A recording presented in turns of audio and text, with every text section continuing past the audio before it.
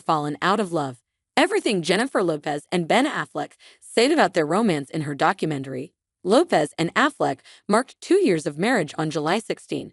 Jennifer Lopez and Ben Affleck have experienced a lot together over the years.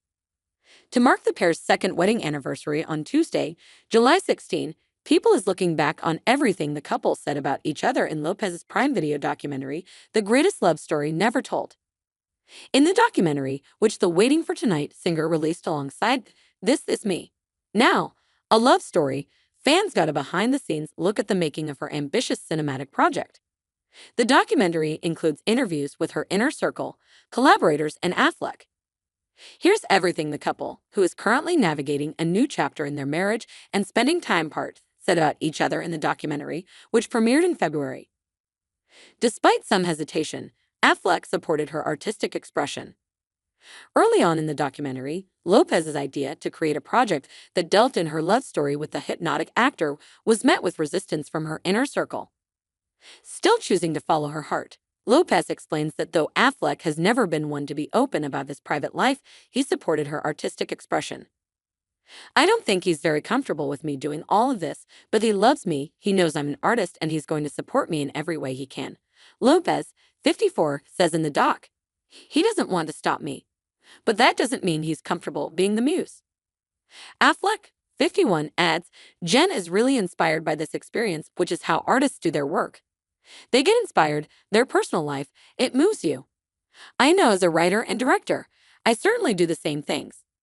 But things that are private I'd always felt are sacred and special because, in part, they're private. So this was something of an adjustment for me. At the very end of the documentary, it all comes full circle when Affleck realizes that the documentary wasn't about him necessarily. It was about Lopez's journey to self-love. I don't really love being in the making of a documentary about my personal life, which is why I'm relieved that it seems like I might be in this, but I'm not really. I was worrying for no reason, he says. The movie wasn't about me. It was about the ability to love yourself, and that love story is a lot f***ing harder to find than Prince Charming. Their love story deeply inspired her. In The Greatest Love Story Never Told, Lopez gets candid about how much their story, and Affleck, mean to her. We're totally different people now, yet we're the same and we have the same love. 100%. I'd never fallen out of love with you. I had just put it over here, she says, referencing their breakup in 2004, which happened only 3 days before their planned wedding. Elsewhere in the documentary, Lopez grows emotional as she details how nobody has ever believed in her the way Affleck does. What he said and what he saw in me and what he made me believe about myself only comes from love. Because nobody else could have made me see that about myself, Lopez says in tears. It's very moving. I didn't think much of myself, and so the world didn't think much of me. That lined up. This is how it is. See it. Believe it. It was because of this that their breakup took such a toll on her. For all those years, it was really hard because I didn't just feel like I lost the love of my life, she says. I felt like I lost the best friend that I ever had, and I couldn't talk about it for so many years. That was the hardest part. Affleck broke down Lopez's childhood trauma.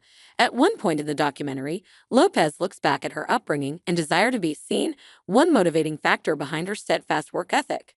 Then Affleck explains her childhood trauma from his perspective and says she felt emotionally neglected as a child. We are kind of learning more and more. It doesn't have to be the kind of trauma where you're locked in a basement for a year to leave wounds on you. In fact, they're deceptive when they're harder to pin down, he says. He also says that it's easier to look at someone who is widely successful and assume they're living the happiest life in the world on social media. The thing you discover, like you do with alcohol, is that there isn't enough alcohol in all the liquor stores in the world to fill up that thing, and in Jennifer's case, I don't think there's enough followers or movies or records or any of that stuff to still that part of you that still feels a longing and a pain. Ultimately, that's the work that you've got to do on your own, he concludes. They differ in their approach to the public eye, but sought compromise. Reflecting on what led to their split in 2004, Affleck says the catalyst was a massive amount of scrutiny around her private life. Lopez shares her side. We bought a Bentley and drove around town with it. It's like, yeah, take pictures of us. It wasn't that. We were just celebrating our lives and our love. When the couple decided to get back together, Affleck didn't want their relationship to be under the spotlight again. Then he realized it takes compromise. I had a very firm sense of boundaries initially around the press, while Jen, I don't think, objected to it in the way I did. I very much did object to it. Getting back together, I said, "Listen, one of the things I don't want is a relationship on social media," he says. He continues, "Then I sort of realized it's not a fair thing to ask. It's sort of like you're going to marry a boat captain, and you go, 'Well, I don't like the water.'